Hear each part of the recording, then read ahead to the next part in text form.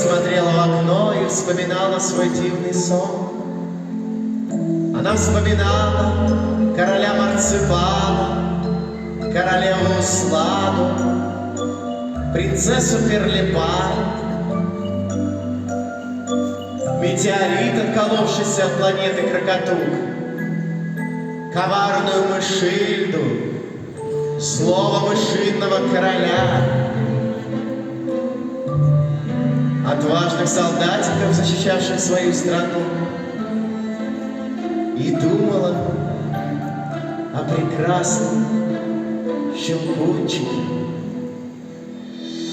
Не бойся, боль пройдет, и рана заживет. Увидишь, мы еще станцуем вальс вдвоем.